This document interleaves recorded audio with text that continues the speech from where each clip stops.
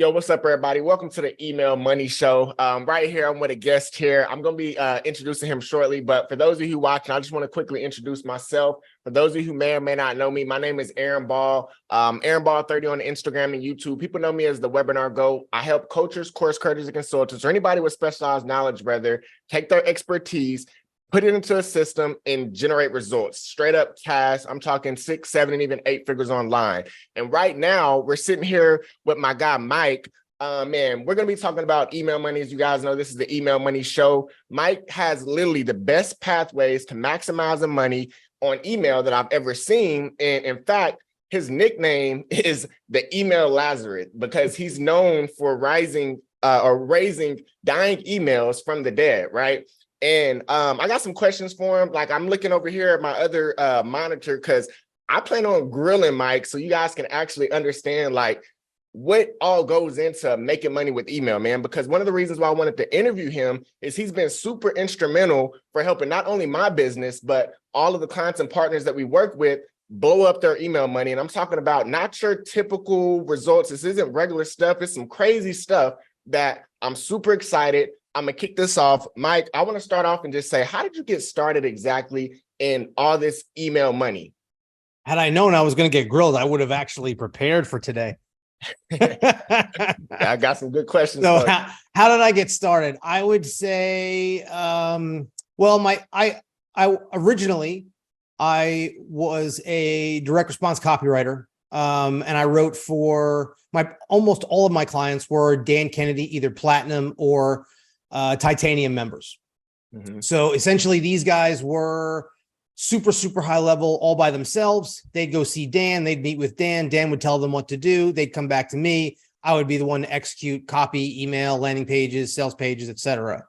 And that was way back in, 2008, something like that. So like some of the people watching were probably like in 4th grade at that time.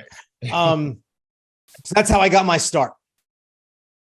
Got it. Guys, and notice he said Dan Kennedy, straight legend in direct response. Like it's a huge benefit just in general for me to have a connection with Mike. We're talking over 2 decades of just direct response, email experience, the whole 9. So mentioning Dan Kennedy, could you share a little bit about like who are some of the people that you've worked with just through your journey in this world? So, it's kind of funny. I dropped Dan's name, but I'm going to stop right there. All of the clients that I work with now, I have NDAs with all of them. I couldn't tell you much about them if I wanted to. But the bottom line is this: the clients are really the star of the show. Like I just said this to you recently. I'm like, Aaron, you're the man. I'm just the email man. Mm-hmm. And I try and treat all the clients that we work with that way. So if you go to Google or YouTube or social media, you won't find any interviews with me. You won't find me speaking anywhere. Like this is the only interview I've done probably in 15 years. Like you literally won't find anything. And the only reason I did this interview with you is, we have a mutual friend who I actually owe a favor or two to. We've known each other for almost all of those 20 years. And so I was willing to do the interview because we've worked together. But quite frankly, if I didn't know you from working together with you, I probably still would have said no to him. So I'm not going to show you all of my Hyro screenshots and all of that. I'll leave that for someone else. You have all the screenshots. You have all the numbers. You have all the client information on your end. You're welcome to share whatever it is that you like. But from my point of view, it really is just about serving you guys and getting it done for the clients when it needs to be done. 100%. Hey, can't be mad at that answer, man. Hey, we got NDAs. We got to abide by. I know people love hearing about results. That's why I also got these questions. I'm going to be coming with it.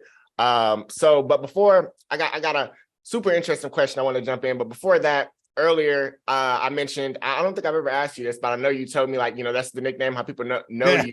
Like, where did you get email? How did that come up? I knew you were going to ask me this. I actually am not a big fan of that nickname. It just is what it is.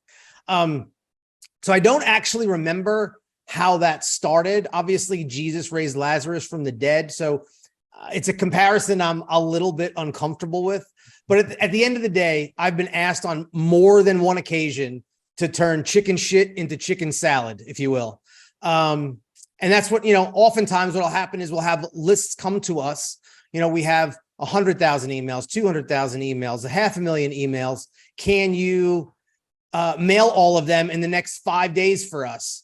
And in the next 5 days, usually the answer is no, if they haven't been being mailed. But at the end of the day, people often will come to me they know there's value in their list, but for whatever reason, the list has been neglected. They haven't mailed it. They mailed it incorrectly. They didn't take care of it, whatever it might be. And they can no longer monetize the list. And so it comes to me to make that list monetizable again.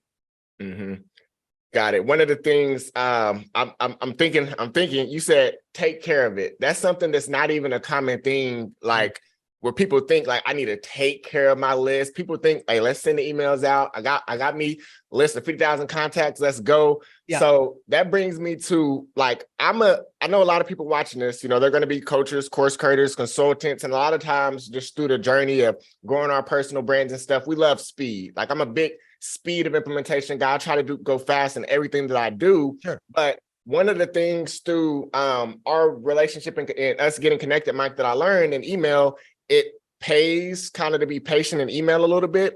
But also I know that you've showed me some scenarios where I'm like, yo, did our open rates just like increase that fast? So, yeah. So I guess what I want to ask here is, how long does it take to usually start to see some type of change and result when it comes to doing all of the things that you do in email? So that depends upon the situation that's in front of us. So if we have a client come to us who is currently generating leads, currently increasing the size of their email list, and their initial emails, like their welcome emails, their welcome sequence, those things are inboxing and opening well, if that's what we're starting with, then they'll see results within a couple of days. Like literally the first step is, do we have an offer that the audience wants to see? And if we have an audience that they want to see, can we get it in front of them? Mm-hmm. And once we can get it in front of them, can we put it in front of them with copy, with a subject line that will get them to open the email, and copy in the email that will get them to consume the offer? So those are the simple steps. If their email list is not terribly damaged, I mean, the results are, immediate. Just start sending emails. So it just kind of depends on what the particular client's problem or problems is. So your first most common problem is they just don't mail. Like literally, we've had clients come to us and say, we have 175,000 contacts on our list, and the last time we mailed was April. Okay, well, guess what? They made absolutely zero money from their email list since April. And so the point simply is, as soon as the mailing starts, provided their list hasn't been damaged in some way by some mistake they've made or something that was completely out of their control, the money will come in right away. On the flip side, if the problem is they were abusive to their list, or they were abusive in a way that they got too many spam complaints, all the ESPs, Gmail, Yahoo, Outlook, etc., are no longer inboxing their emails. It doesn't matter how good their copy is. It doesn't matter how good their offer is. They can't get the offer in front of their audience. So that needs to be remedied. So the reason why that takes time is because what's happened is they've lost reputation with the ESPs. So if Gmail says your emails are all going to go to spam. Hey, Mike, yeah. Real quick, can you elaborate on ESP? I know there's going to be people listening that don't even know. So email service provider. So in this case, it's probably more MSP, mail service provider. But so when you send your emails to your contact list, they have an email address. So it's Gmail or Yahoo or AOL or Outlook or any of the Hotmail, any of those sort of things. And so when you send that email, AOL, Hotmail, Gmail, they all decide, is this email worthy of being put in an inbox? Should the receiver get this email? And if they have decided that your emails are not worthy of the recipient seeing it, they'll stick it in spam, or in the case of Gmail, they'll stick it in promotions or something like that. So if you can't get in front of your audience, it doesn't matter what your offer is. And so this is something that has developed over the last, I want to say 4 or 5 years. So like, for example, when I got my start in email, it was just grip it and rip it. We have 100,000 emails, load them up, send them. And generally speaking, the active campaigns of the world, the Go High Levels of the world, well, Go High Level didn't exist, but the active campaigns of the world, the MailChimps of the world, the Mariposts of the world, they would just deliver the mail. You'd hit send, and then your email would get where it was going. Now that's no longer true. So for people who are familiar with running ads on Facebook, so you're familiar with this, you run an ad, Facebook says, nah, we're not going to run that ad. And if you do that enough times, they suspend your account, right? So going to spam is a little bit like having your account suspended. And if you pay the penalty, they'll give you your account back. Okay. So once you've lost your reputation with the ESPs, you no longer have the ability to get in front of your audience. So that needs to be fixed. And that's a trust thing. And that just takes time. You have to demonstrate to Gmail that. Clarifying question here. Would that be what you just mentioned there? Once you've damaged your trust, would that be considered, like, I know you mentioned through your answer here several times, a damaged list? Yeah. That's considered that the list. Right. Of course. Damaged. Okay. Certainly. Yeah. And the reason simply being is your list is an asset. So you've spent all this money on ads to generate leads, to put them into this list so you could email them. That's the whole game. Right. And so once we have that asset, instead of treating it abusively, we have to acknowledge what's involved with email. Years ago, it was just subject line, get it open, good copy in the email to get them to click to the offer, get them to consume the offer and buy it.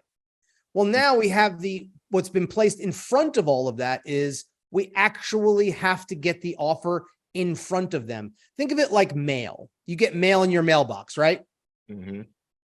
So imagine if there was someone at the post office who their only job was to see all the mail that's addressed to Aaron Ball, and they get to decide, nope. Oh, yeah, he can have this one. And they would filter all of your mail that they would send you and decide what you would get and what you wouldn't. That would be chaos. Well, that is email land. Right. It is chaos. It is absolute chaos. Like I have a person I've been a business partner with for more than a decade. And we both have a Gmail address. You can imagine how many thousands of emails have gone back and forth between us. Right. At least a few times a year. Email that I send him or that he sends me goes to spam inexplicably. So that's just a facet of sending email that didn't exist just a few years ago. Got it. So I want to run it back, make sure I'm following you. Then I got a kind of follow-up question on that came to mind. So let's say for somebody who, of course you got to have an offer. If you don't have something that's making money, you can't make money with email. So somebody has an offer, making money. They're already mailing. Maybe they're not mailing at the frequency, so there's still more opportunity and all types of things that we can do to optimize. But if somebody's already at least mailing, the speed to get them going can be pretty fast. Overnight. Okay, now if somebody has what we referenced here as damaged, that's where it's going to be some of the hurdles to essentially get unsuspended to be able to.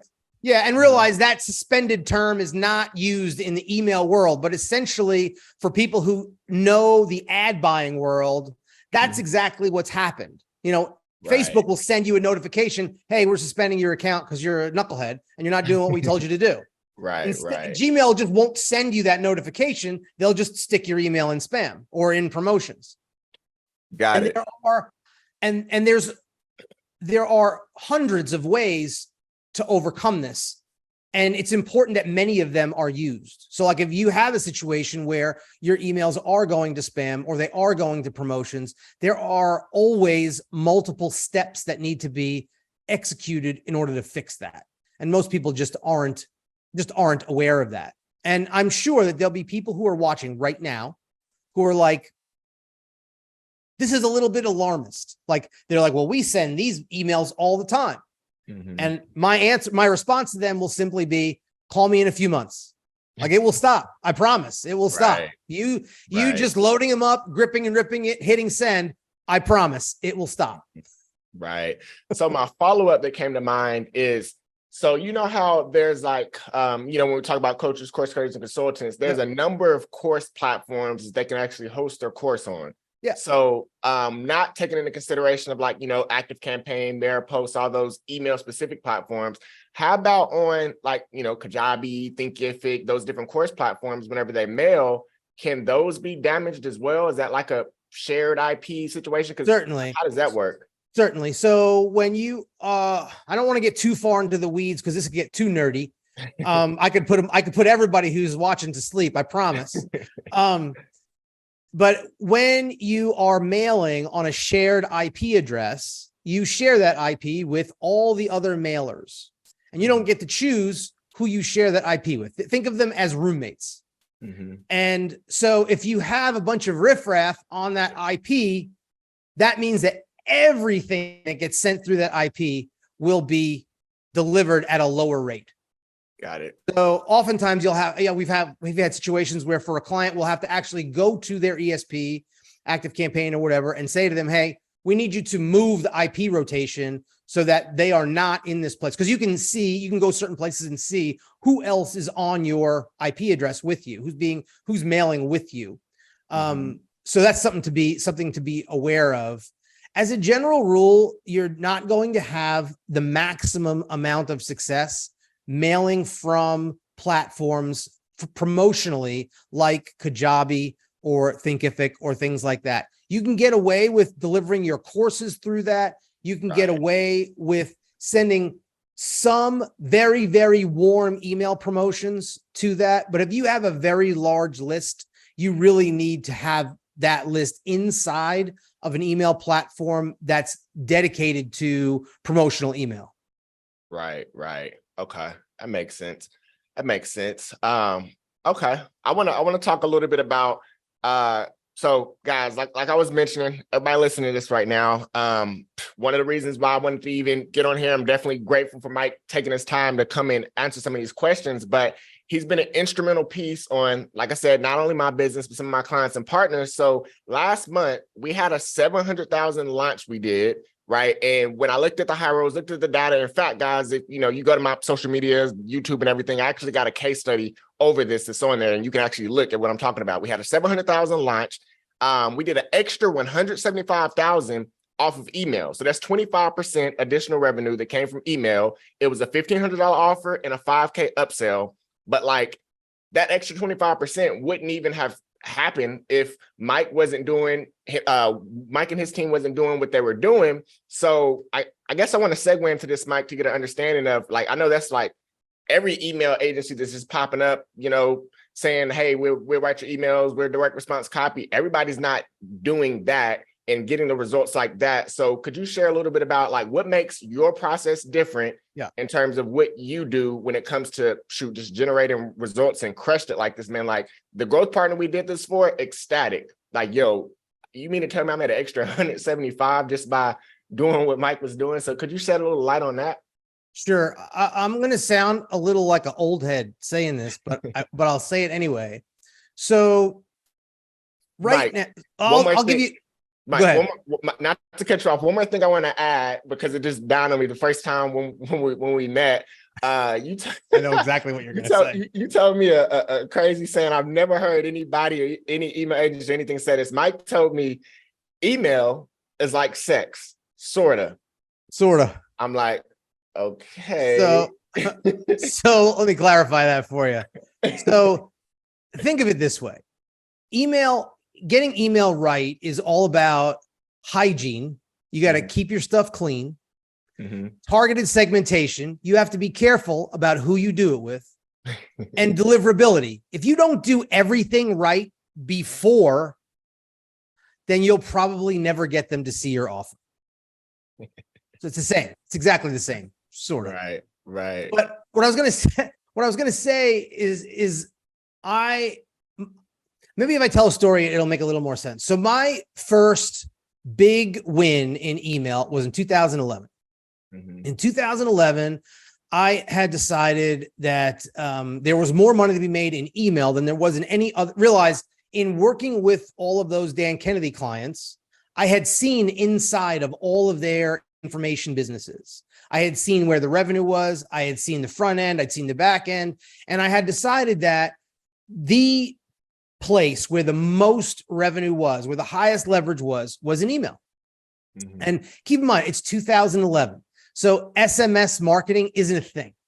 So we could start to lump SMS into some of these email conversations. But for today, because it's 2011, we're going to go back in the time machine. So in 2011, I was living in Arizona, and I had decided that since the highest amount of leverage was in email, I wanted to understand the game at the most fundamental level. So we rented an office. We set up our own servers. We bought our own software, and we taught ourselves how to send email. So essentially exactly what ActiveCampaign does, exactly what MailChimp does, exactly what Aweber does, GetResponse, etc. We set up our own servers and we set up our own software and started sending our own emails. I do not recommend this. This was so hard to do. Sounds intense. It took months. It took months just to figure it out, and far too much money spent. Long story short, my goal, I did this just to give you an idea about how dorky I could be about this. I had a list of about 3,000 dentists that I had generated myself from a different project.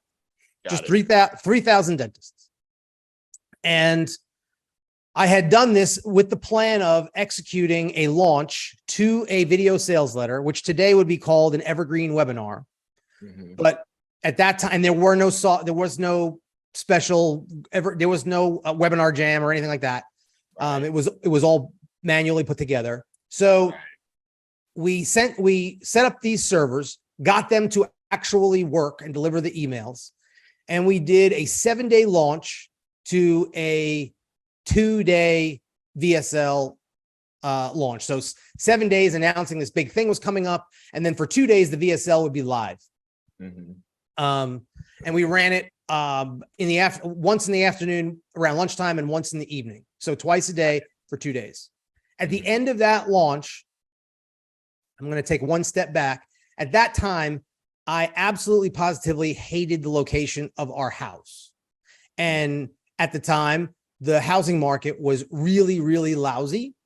And it would have been a giant pain in the ass to sell my house. And my wife was not down with the idea of buying a second house and getting another mortgage while not selling the house that we were in. So I said, fine. I pulled a Beatles. You might have heard the expression where John Lennon says to Paul McCartney, or maybe Paul McCartney said to John Lennon, hey, let's write ourselves a pool. So they'd write a song, go sell it, and they'd buy themselves a pool with it. So for me, I learned how to send my own emails so I could do that launch. And I bought the second house for cash. That was the whole game. The whole culmination of learning how to sell email was to buy a house for cash. So I didn't have to sell the one that I was in, and my wife would be okay with that. And that's exactly what happened. Okay. So go ahead. Oh, no, I'm following. Okay. I'm following. So my point in saying all that is that now in 2023, you have anybody of any age with a phone can run Facebook ads and say, we're an email agency. We know how to send emails. Right. And it's not hard to send emails. It's really hard to make a lot of money for a really long time from your email list. And that's not the function of an email agency. An email agency is purely outsourcing something that you're not doing yourself, that you don't think you're going to do yourself.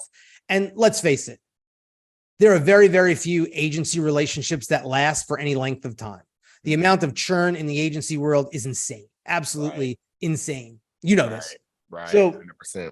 if you're really serious about your business and you are really serious about the asset that is your email list, you're not going to hire an agency to manage that list for you. You're going to hire someone who actually, and this is not a commercial for me, you couldn't hire me for any amount of money right now.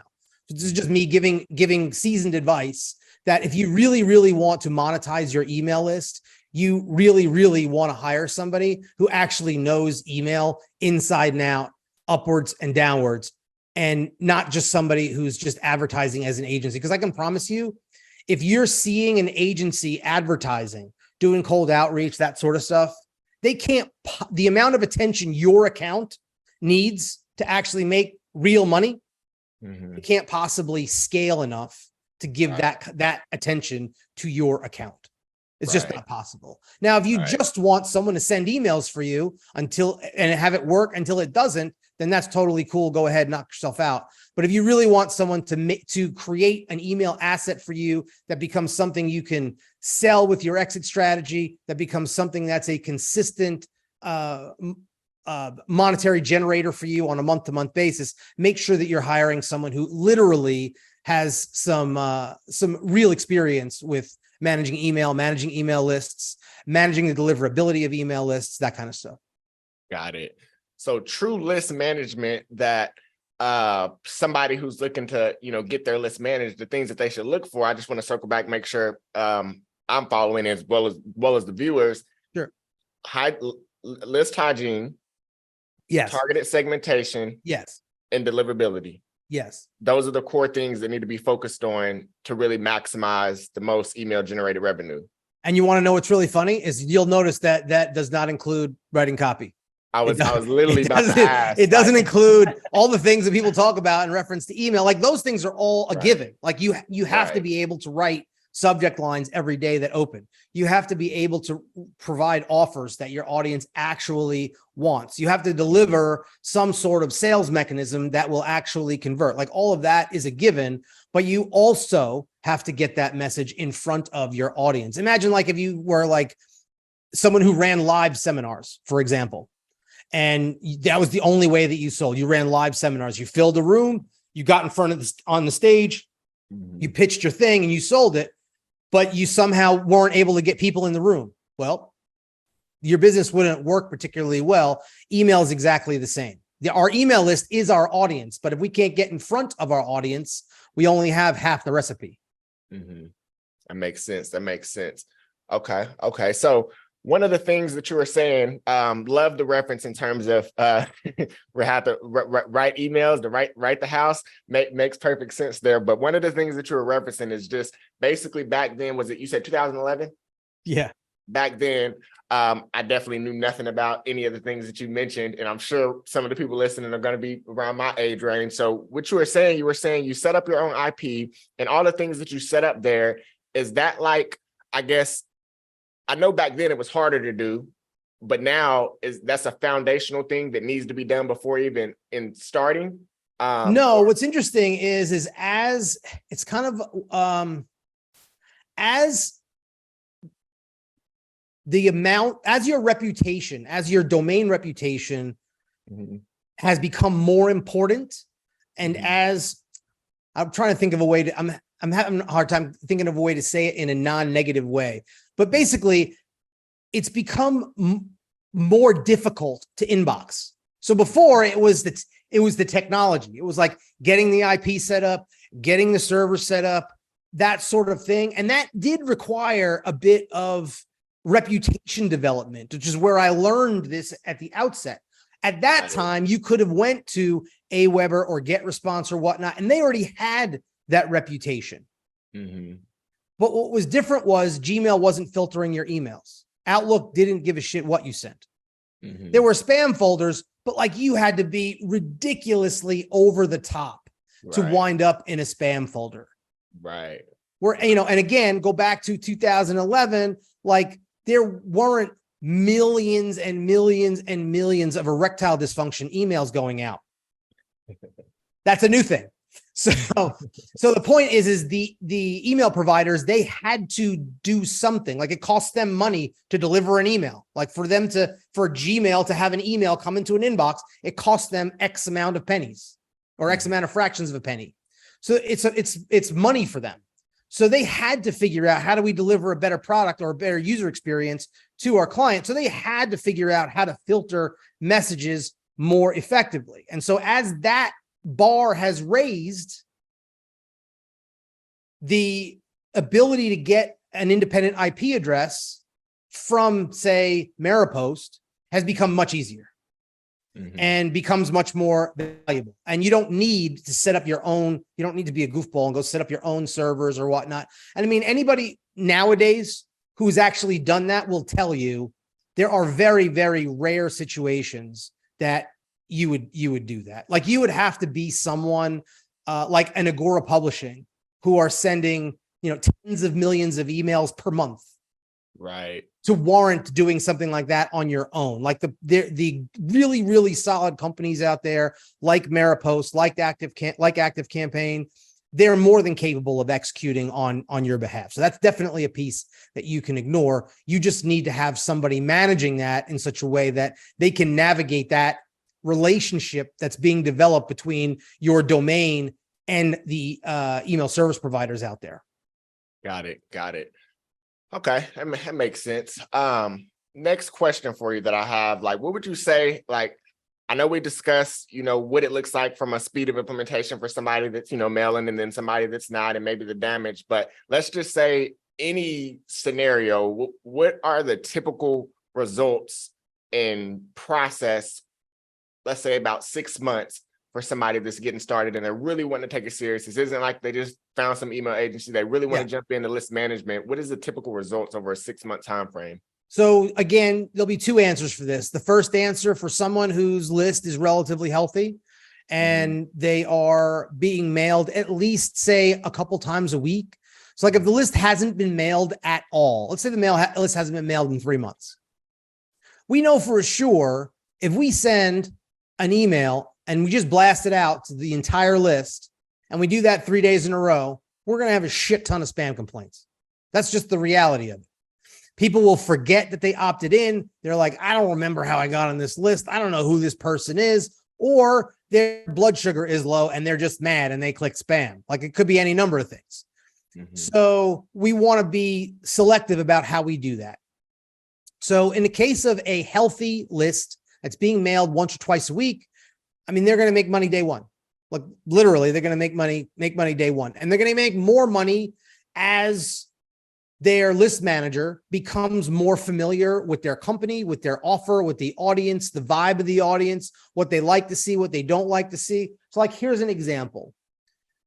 When we go into a list partner situation and we're looking at the client's list and they've been mailing, say, for 2 years. Well, we can go and look at 2 years of emails. And what the client never realizes is that's an asset. We can go see every single email they sent that performed exceedingly well. We can take our own metrics. So like, we have our own proprietary metrics that, generally speaking, your email service provider, like an Active Campaign or whatnot, is not going to show you those metrics. So what we'll do is we take the client's emails, export them into a spreadsheet, and then overlay our own metrics on top of that. And we'll pull out all of the emails that are most productive. And guess what? We'll use those as controls. We'll resend them. We'll rewrite them. We'll feed them into ChatGPT and see if ChatGPT can produce something from those control emails. So for the list that's mature, that's had emails going out consistently, but is just not monetizing, their asset of all the copy that they've produced is there to be leveraged. So a good list manager will do that. So that type of situation, they will be profitable day one. They'll make good money from the very first email that goes out. And then it'll just get better from there because the process will become more integrated into their whole operation, their funnels, their all the different offers that are made, that kind of stuff. For Got it. people whose list is not as healthy, so let's say it's a newer company, and instead of 100,000 contacts, maybe they only have 15,000 contacts, and they've only been sending emails for a couple of months.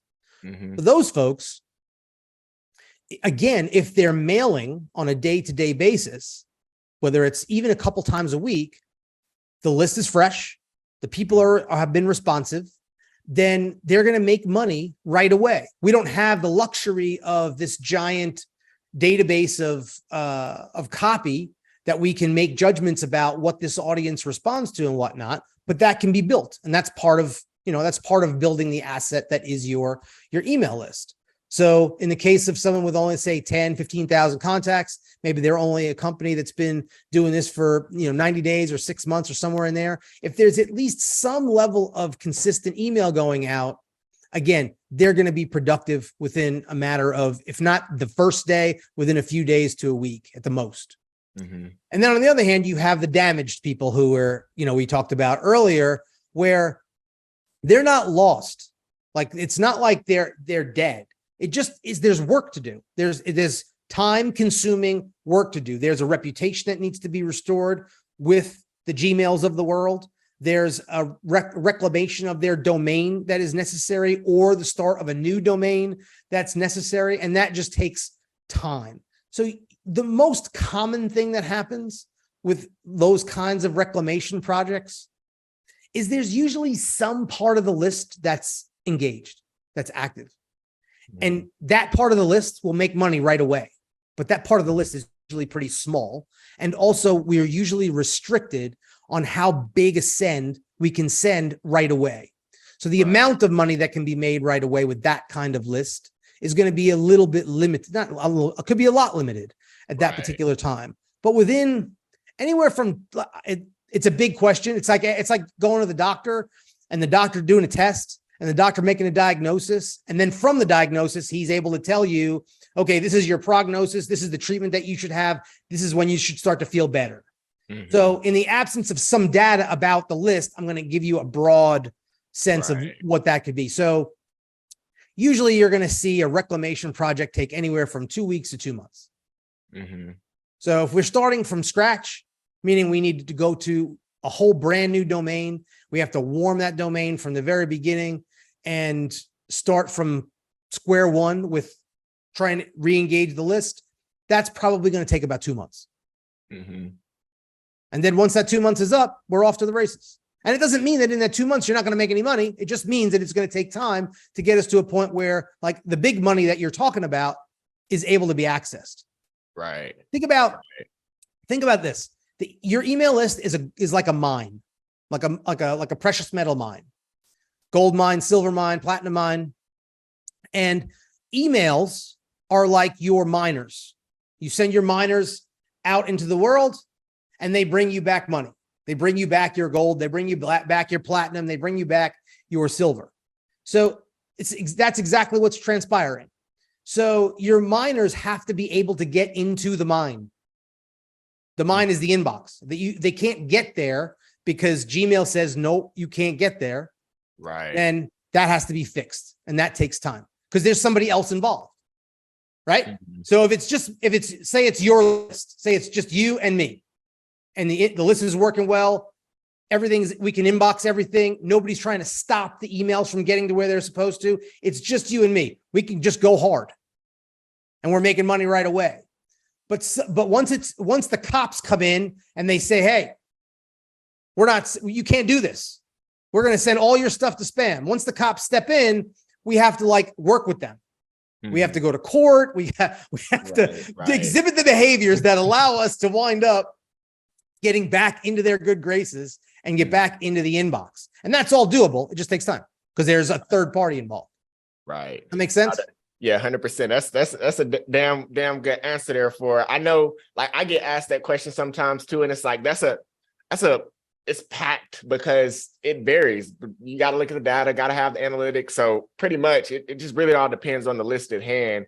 But one of the things that you said, it brings me to since we have a list that needs some, let's say there's a list that needs to get repaired and stuff like that. Then there's a list that's already mailing. There's different leverage points from what interests you to even work on, right? So It's definitely clear, but so what would you say is the criteria that you like to look for, or whenever you were accepted on, clients and stuff, what is that criteria that you like to look for, I guess, so that way the viewer can understand, like, where do I need to be before I even need to be thinking about, possibly getting me a list manager? I guess, what's that criteria, if that makes sense? Okay.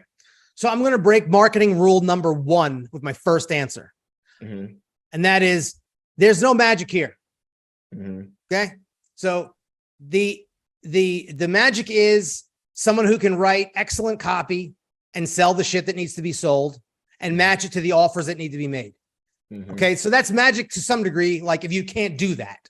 Right. But that's an established fact. Like if you can't write the copy to get the email opened, if you can't write the copy to get the email engaged with, clicked on, replied to, etc., you're not going to make the money that you want to make.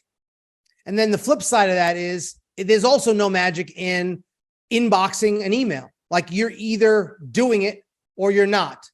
And you either have the skills to get it done or you don't. So the things that we look for, so like, I think there are probably some people watching who are like probably thinking that their list is all long gone.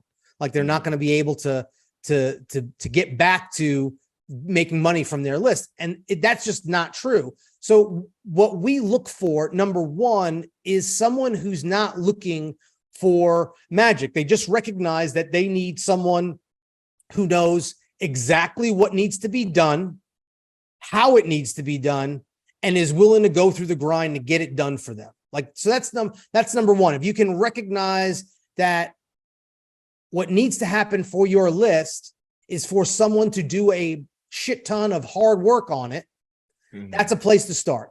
Because usually if it's someone who's just like, oh, you're just going to be hit and send for my emails, like I don't really care that they don't appreciate what we do, but I do care that they recognize that it doesn't work that way. So right. If like there are 2 days where we don't inbox and they've been a client for 3 days, they're not pissed off about it. They understand like, oh, there's a bunch of work to do. I screwed this up before you got here.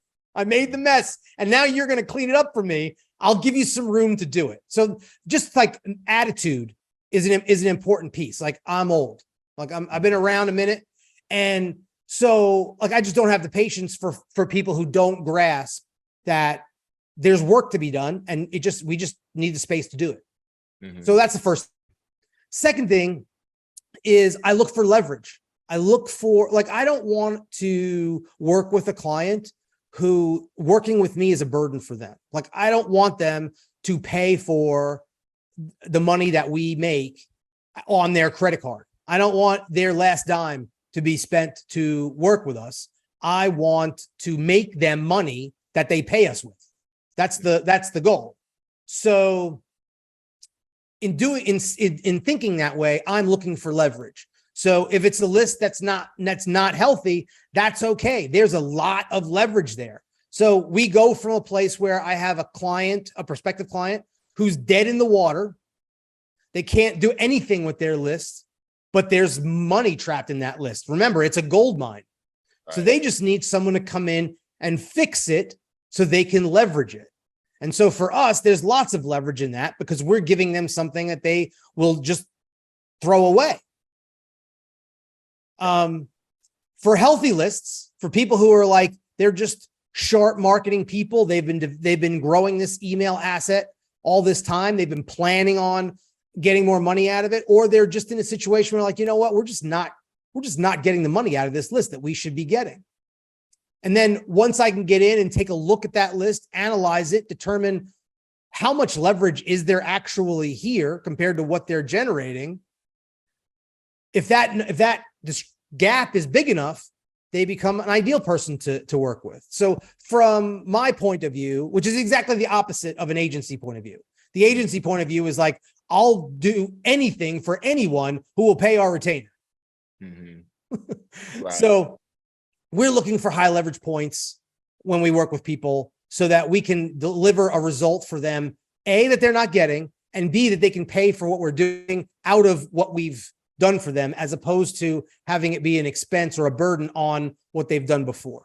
Got it. So that brings me to my next question here. What would you say, like, the biggest problems that you see that list owners, brands are having when it comes to just making money with their email, like right now?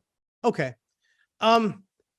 So I'm going to go away from this deliverability idea because, quite frankly, it's nerdy enough that it's kind of boring. But it's heavy. There's so many details and so many pieces and so many moving parts. Bottom line is, I think the messaging it's almost impossible for a business owner to figure out their own deliverability. That's just the reality of it. And it's important that you know that it's a problem that you need to be aware of. But I'm going to answer this question from the normal email perspective, meaning like copy, subject lines, offers, things like that. So by far, the number one biggest problem that I see is consistency, like just not mailing consistently enough. So people talk about developing a relationship with your email list, and it's kind of a little bit of a misnomer. Your relationship with your email list is not like your relationship with your wife or your girlfriend or your boyfriend or your best friend. It's a relationship in the most basic, fundamental way that you define the term relationship. It's like an interaction. But the fewer interactions you have, the worse your relationship. The more erratic your interactions, the worse your relationship. So it's not so much about like exactly what you say or being in the mood or hitting the right voice. It really is about consistency, because the people who don't like what you're doing consistently will opt out, which is great. And the people who do like what you're doing consistently will buy from you. So consistency is definitely number one. And it's also the number one thing that you could fix, like on your own. You don't need me. You don't need a friend. You don't need an agency. You don't need to read a book or buy a course. You need to be more consistent. And then second would be more frequent. So consistent would be once a week. Frequent would be 5 times a week, 6 times a week, 7 times a week, 10 times a week, whatever it might be. And obviously frequency is also dictated somewhat based upon the situation of the list. So if you're having deliverability issues and whatnot, you're not going to be mailing every day. If you're having a spam problem where people are complaining or unsubscribing at an unreasonable rate, you're not going to be mailing every single day. But at the same time, I've never seen a situation where consistency and frequency increasing hurt the list. So consistency could be you're mailing once every other week or couple times a month. Instead, you commit to mailing once every week without interruption, or you commit to mailing twice every week without interruption, or wherever you are right now, you make a commitment to be more consistent and more frequent with whatever it is that you're already doing that's working. So those would be the two easiest straight line paths to making more money with your email list without some sort of, highfalutin nerdy idea about what you should be doing. Got it. Okay. I got a follow up there. Okay. I know if you can answer this in a super simplified way, cool. But I know we've had our conversations about the deliverability. Some is you go way over my head. I'm like, all right, can we keep these dorks under control?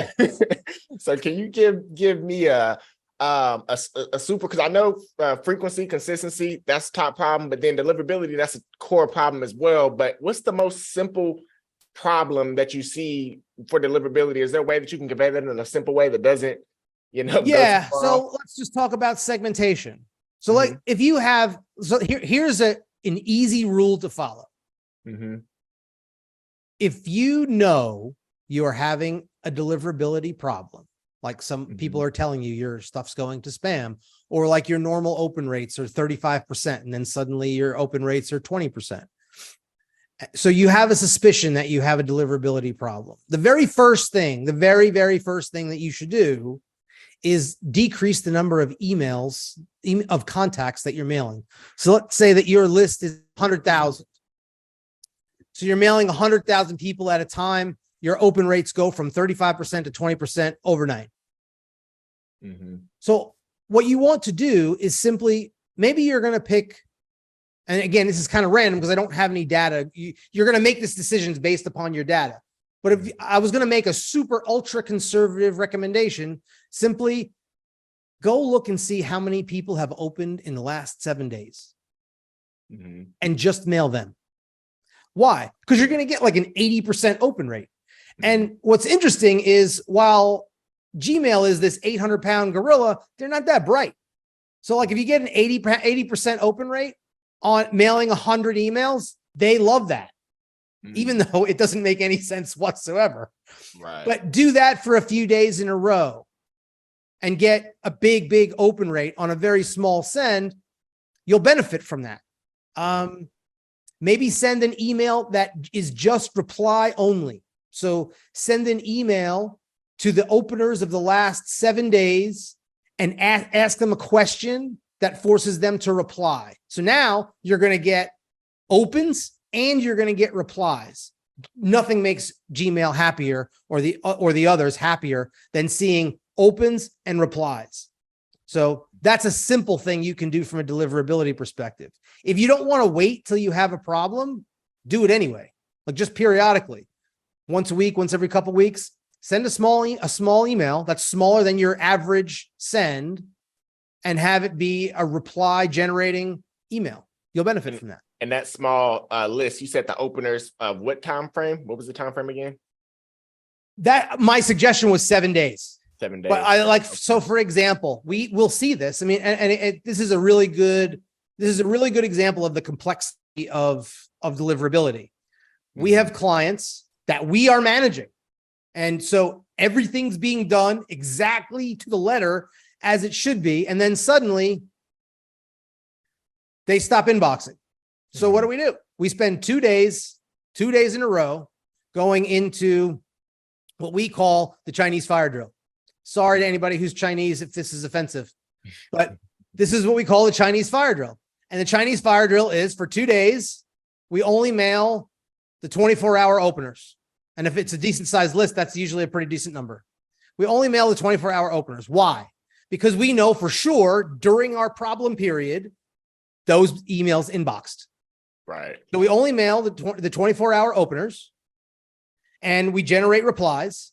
And then, this is the key, and then we have people who will reply to all of those emails that come in so that we send the email out, generate the reply, we respond to the reply, and our response encourages them to reply back. So now we generate a whole bunch of conversations. And in 48 hours, we go from outhouse to penthouse and the problem gets fixed. But you wouldn't know that. Like a normal person just wouldn't know to do that. So that's why you asked me for a simple solution, not a multi-level complex one. So the simple solution is if you're concerned about your deliverability, shrink your segmentation size and push them to reply. You can just start with that. That will help. Got it. Guys, and notice I asked Mike for a simple answer and it still kind of got a little complex. That's just how it goes with deliverability. Keep the nerds under control. But okay, so that brings me to my next thing here. So other day, like as Mike mentioned, he's not working with anybody. He doesn't work with any clients. He's been behind the scenes, really crushing it for our growth partners. But one of the things that I did the other day on social media, I put out a post where, because like right now, we do email for our growth partners, but then also we have list partners, which this is something new that I'm looking for us to do. Mike's on board. Super grateful that he's on board to do this. But Mike, what would you say? Because I'm really only looking for us list partners, maybe 2 or 3 people, but what would you say that process is that we need to actually take them through? Because like I said, I put out a post, I got some DMs, I'm gonna get back to them, but I want to bring on, like you mentioned earlier, the best leverage type of situation. I don't want it to be a bad situation for them. I don't want it to be a bad situation for us, because I know at the growth partners, it's always a good situation because all the things that we're doing for them. But for somebody that's just coming on, they're going to be our list partner. We're going to manage their list. What is that process that we need to take them through to ensure that we're in the best leverage situation for them to make money and for us to make money? So I would since they're your list partners, the first step is I would have them, anybody who would be interested in being a list partner, I'd have them fill out an application that takes in the information about them, their company, their list. You can look at what their social media looks like. It can give you a feel for who they are, what they're about, what kind of company they're in, if the vertical makes sense, all of that. have them fill out that application. You screen the applications. And then anybody who makes sense to you, you would then pass those applications to us. We'll evaluate them for you from an email leverage perspective, from a list health perspective, basically do an audit of their processes, give you an idea about what that asset is really worth. And then I can pass that back to you and you can see the ones that we would recommend that would have the most leverage for you. And then it would be up to you which ones you worked with. Got it. Okay. Then from there, so once we go through that process, we establish leverage. Are we going to go? What are you thinking? Because I know on the growth partner side, we got the audits, but it's really not much to audit because we're doing so much for the growth partner. They're already in the ideal situation, massive size list. Yeah. What do we need to take them through?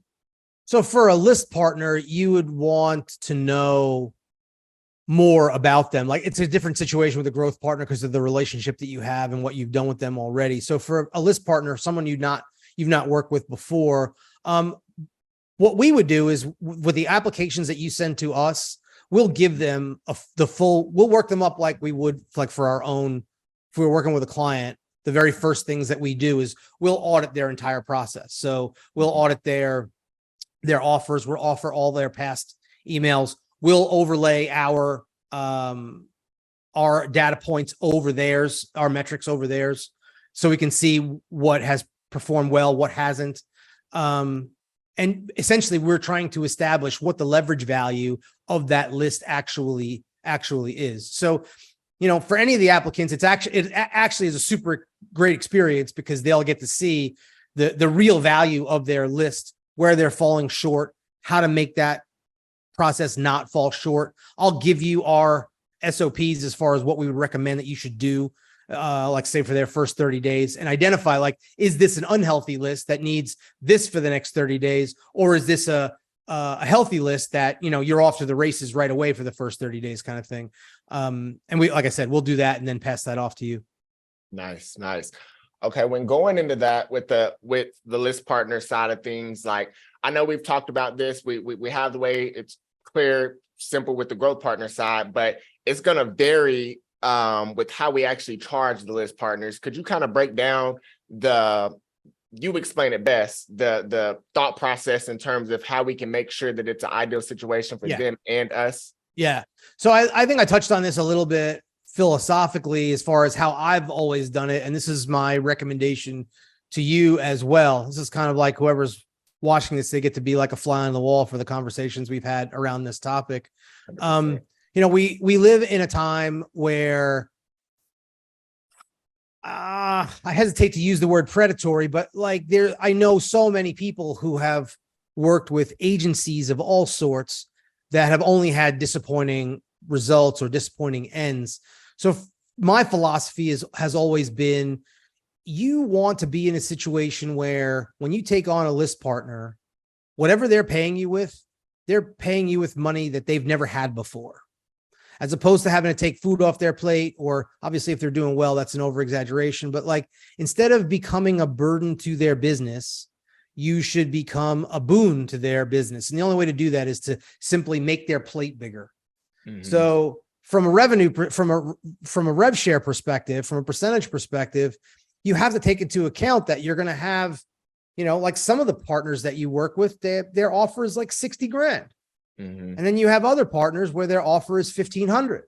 Mm-hmm. So an offer for someone who has an offer that's 60 grand, the percentage that you can propose to take from that sale is different than what you can propose at 1,500. Not to be a nice guy, but just because like you're not looking for a relationship with a list partner that lasts 3 months. Right. You're looking for someone who will be a partner for years to come. So if that's going to happen, then the financial relationship has to make sense. Right. So it'll make sense if you have your rev share be based upon the realities of that business's math. I mean, you and I both know, as people who have operated high level businesses, it's all math.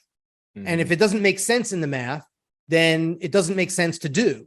So I don't know why most agencies and a lot of people nowadays don't look at that when they're making a pitch or an offer to a growth partner, a list partner, a customer, a client, whatever it might be. Is this offer sensible? Does the math make sense for their business? So in your case, you're looking to bring on a partner. It becomes easy to make that assessment. You can see it in black and white. You can see their list. You can have an idea about what you're going to pull out of that list from a dollars per send. We have clients who every single time they send an email, they get 50 cents. Just to send an email, they make 50 cents. So like that math is easy to figure out. We have other clients that they only make 25 cents, but 25 cents to send an email is ridiculous. That's that's amazing. If you think about that, like, oh, I get to take my mouse, I get to click this button and I get to send it and I get 25 cents for that. Right. Now that makes sense. That makes sense. So what I want to do, and transparently speaking here to everybody that's on listening to this right now, like I said, we've been doing this for the Growth Partner side, but something new that I want to do, and Mike's on board for it, is we're going to offer this to limited amount of people for List Partner, where we come on and we manage it. So I'm going to drop a link on this page. You're going to be able to just click it, apply, go through this process that Mike is explaining. But like he mentioned, we're going to treat it case by case. And one of the reasons why I wanted to lean on him is because, like, I'm the webinar guy. Virtual events, I know the math there. I know all that. I know what goes into that. We know how we charge. We know what we do. We know what we build out to create the results we create. However, we got to really be real specific here, because we want to put you in the best situation and we want to put us in the best situation at the end of the day. So Mike, that brings me to the next question here. How can somebody how can a business increase their leverage of a scenario to, be in a ideal situation where it makes sense? Does that question make sense? So are you asking me, like, what are some things that they can do ahead of time or like before they apply? Or are you just asking in general, like, what are things people can do to create more leverage in their email lists? So yeah, I'm asking in general for somebody who has a brand, who has an email list, what can they do to increase their leverage really for themselves? But then also at the same time, if we were to engage with them, that's a more ideal scenario for them and us. Okay. So I'll give you an example of a simple way to, and I'm going to give you a few simple things as opposed to complicated things. I'll do my best. So, like, here's a simple thing. We don't have any of our clients utilize the unsubscribe page that their email service provider provides. So use ActiveCampaign as an example, because I know your company is a fan of ActiveCampaign. So ActiveCampaign, when you click an unsubscribe link, when one of your contacts clicks an unsubscribe link, they are taken to a page that asks them why they unsubscribed. And on that page, it says one of the things they can check off is this is spam. So we do not want that. We do not even want that question proposed. So at minimum, we change that to one of our own pages. You just simply, when they unsubscribe, when they click the unsubscribe link, they're just automatically unsubscribed, and they're taken to a page where they're not asked to say, is this spam? They're not asked anything. The page just says you're unsubscribed. So that's at a minimum. Okay. That alone will decrease the number of spam complaints from your emails. So there's leverage by just setting up this simple page. It doesn't have to say anything special. It just needs to confirm, say to them, you've been unsubscribed. That's it. Now, if you want the advanced version of that, the advanced version of that is, instead of sending them to a blank page that just says you've been unsubscribed, you actually send them to a page. At the top, it says you've been unsubscribed. And then below it, you put an offer, a new offer, a different offer on that page. 30% of the time, they will re-opt into your list and you will not lose the lead. You didn't get spam and they didn't unsubscribe. Okay. So that's the advanced version. But the simple version is just, go to your ClickFunnels account, set up a new funnel, set up one page, put at the top of the page, confirmed, you're confirmed to be unsubscribed from this list, or however you want to say it. Grab that link and then just stick it in the settings of that particular list in your ActiveCampaign account. So that's like one way to create more leverage right away. No money spent. Take you 5 minutes. That's fire. Just a quick, easy redirect, basically. Yep. And that's all set up in ActiveCampaign. You just change the unsubscribe link. That's it. You go into your list, click on lists, click on the edit drop down, and then you go into advanced settings, and then you just change it. So another thing you can do, high leverage. This is super high leverage and super like stupid easy. Take your list and go into your contacts and search for, you can start by doing this yourself just as an experiment. Search for GMAL. Just search for that term in your contacts. And what'll happen is you'll get to see all the contacts in your list of people who misspelled Gmail.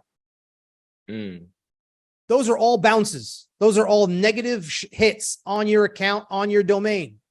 All you have to do is download your list, put it in a spreadsheet, have a VA manually go through and fix all the possible misspellings of Gmail, Yahoo, Outlook, etc., and then just re-upload them to your list. And now they're no longer bounces, they're live leads. In a list of 300,000 contacts, I can tell you that is a lot of money. Right. Obviously, if your list is smaller, it's not going to be as big a number, but that's a good practice to engage in at least once a month, if not every single day. That could be one VA's job all the time. Right. So here's another one. Check your automations weekly and check the open and click rates. I could have said this as the biggest mistake I noticed when you asked about mistakes earlier, but this is a huge mistake. Automations are not set it and forget it. If you set up an automation and it's your welcome email, especially, it's the first email they're going to get. And that first email is going to the promotions tab, or it's going to spam, or the subject line sucks and they're not opening it. That's terrible. That's setting the stage for all of your other email issues. So again, in a simple way, just make sure those automated emails that are going out are working, especially the very first one after they opt in. Right. Okay. That's some solid stuff. I got one more. Okay, I got one more. Since I actually got the simple part of my brain working, I got one more for you. Let's get the value going for him. Stop sending preview copy. So your email has the who it's from. Your email has a subject line, and then your email, you can have preview copy. Right. And everybody likes the preview copy, but go look at your inbox and realize what it looks like. There's how many emails there? 10, 20, 30, 50, 100, however many you can see on a screen at a time, depending upon what screen you're looking at. And it looks like a giant jumble of words. Now send an email where either the preview copy is super short or there's none. And what you'll see is as your eye scans the inbox, it's black or it's white, but it's blank. And it's the only thing that sticks out on the page. As you scan, your eye stops right at that big open spot where you had no preview copy. So start at least experimenting with not using preview copy when you send your emails. So this is like kindergarten email 101. But these are simple things that you can do on a day-to-day basis that add up and make a big number. Like I said, if you have a list of 100,000 emails, you know at least 50% of those are Gmail. Right. And you know at least 5 to 10% of those are misspelled. Right. The only one that's not going to be misspelled is AOL. Probably. Right. Maybe. I haven't seen too many of those. But any of the other ones, like Yahoo gets misspelled all the time. Outlook gets misspelled all the time. Gmail gets misspelled all the time. And it's so easy to fix. Like right now, you have so many contacts in your account that you paid for that you can't send them at all. Got it. So essentially all of those things, them doing that, increasing the leverage of what they can do with their list, that's ultimately making their list just be more valuable of an asset to them, right? Yep. Got it. Ultimately, that all translates to more eyeballs seeing their offers, and the more eyeballs who see their offers means that they sell more stuff. They make more money. Like that's it. I mean, it's a very simple equation. The more eyeballs who see your offers, the more people buy your offers. Mhm. That's the email game in a nutshell. Hey, traffic plus conversion equal cash. There you go. Yeah, that's one of my favorite, super simple There you formula go. right there. So, Mike, I don't want to take up too much more of your time. I got one question I want to close out with. Throughout this interview here, I've heard you mention on a number of occasions the word asset. Yeah. So, quick little backstory here for my question. I love newsletters. As you know, we do the paid newsletters. I love that. But one of the things, I was at this mastermind, like pretty high level mastermind, a yearly mastermind. I paid $30,000 to be in it. And one thing that kind of blew my mind when I was there is there's people that had newsletters, but they also had this email list, and they were sharing like how they're intentionally doing different things to increase the valuation of their list. And then on top of that, like there was guys who had exits just for their list. I'm like, yo, so y'all are selling your list and making a considerable amount of money just from selling it, or then you got people who are renting it out and all different type of stuff like that. Right. So could you share a little bit more in terms of like, why are you calling it an asset that they're building, and how can they best build that asset? And then just anything you want to share about, newsletters. I know you're a beast at it. Sure. So the more email you send, the more money you make. The more offers you put in front of your email list, the more money you make. And when you talk about an exit, when you talk about an asset, when someone comes to evaluate your company and they're looking at paying for your company, what are they buying? They're buying future revenue. They don't, I don't want to say they don't care about your past performance, because obviously past performance is a relatively decent indicator of future performance, but they also know that they're inheriting a bunch of headaches. They know that you have your own little idiosyncrasies and proclivities that you have seeded into this company that they're going to hate, and they're going to have to find a way to overcome or eliminate. So one of the things that they look for in that valuation is, what do we have that we know we are going to be able to reproduce revenue-wise going forward? We know that this company has their A-list sales guy. But what if the A-list sales guy dies? What if he quits? What if he hates us? We're going to have to go find another A-list sales guy. And sure, we can find one, but that means that while we're looking for that new guy, our revenues are going to be down and we're going to be losing on our investment. So they're always looking for ways to know that there are certain things about the offer they're looking to make that are going to be solid going forward. Well, what's more solid than email? It's a list. It gets replenished on a regular basis from the leads that you're generating. You have an entire storehouse of copy assets that both demonstrate the data of which ones are good, which ones are bad, demonstrate the conversations that people respond to and don't respond to, demonstrate the offers that people respond to and don't respond to. So like any sort of data research that they want to do in the valuation, they can extract a lot of that from your email history and your sales history via email. And it doesn't take a special human to be able to re-execute what's already been executed. Right. So that's number one. Number two is the value of the email list itself.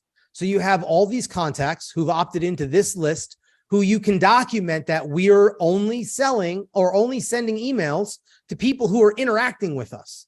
So here, I have bad news for you. If I ask you right now, how big's your email list? You're going to say it's 50,000, it's 100,000, it's 200,000, it's 500,000, it's 1 million. I can promise you it's at best 2/3 of that.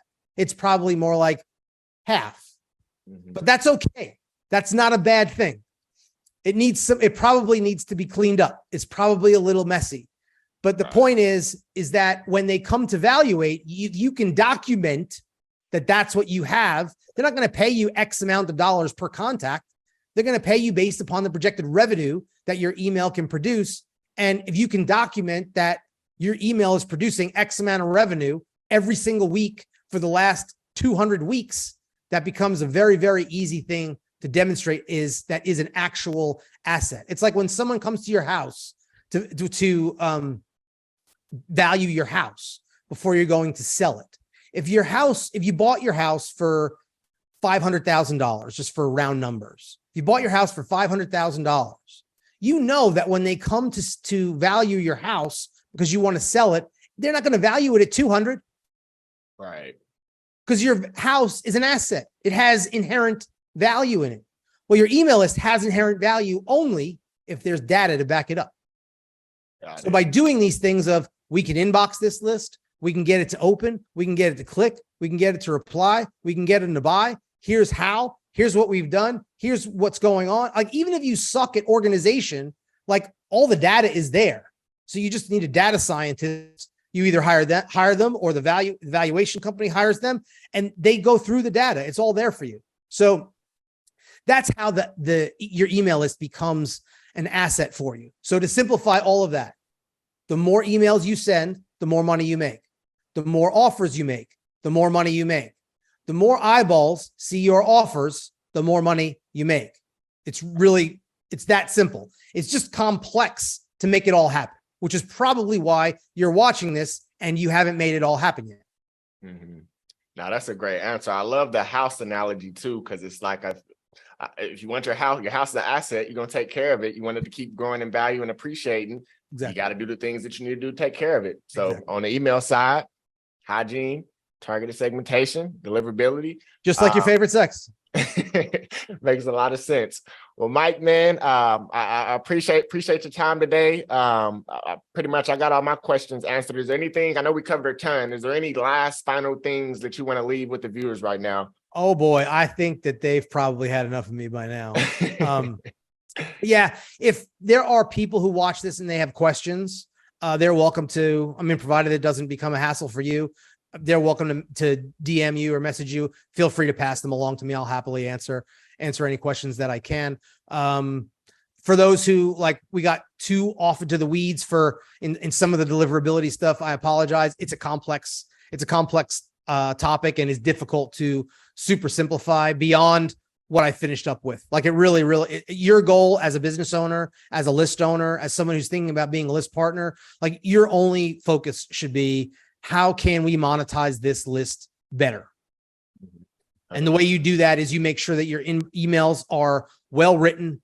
You make sure your offers are excellent, and you make sure you get them in front of as many eyeballs as possible. And that's where the deliverability side of that equation comes in. 100%.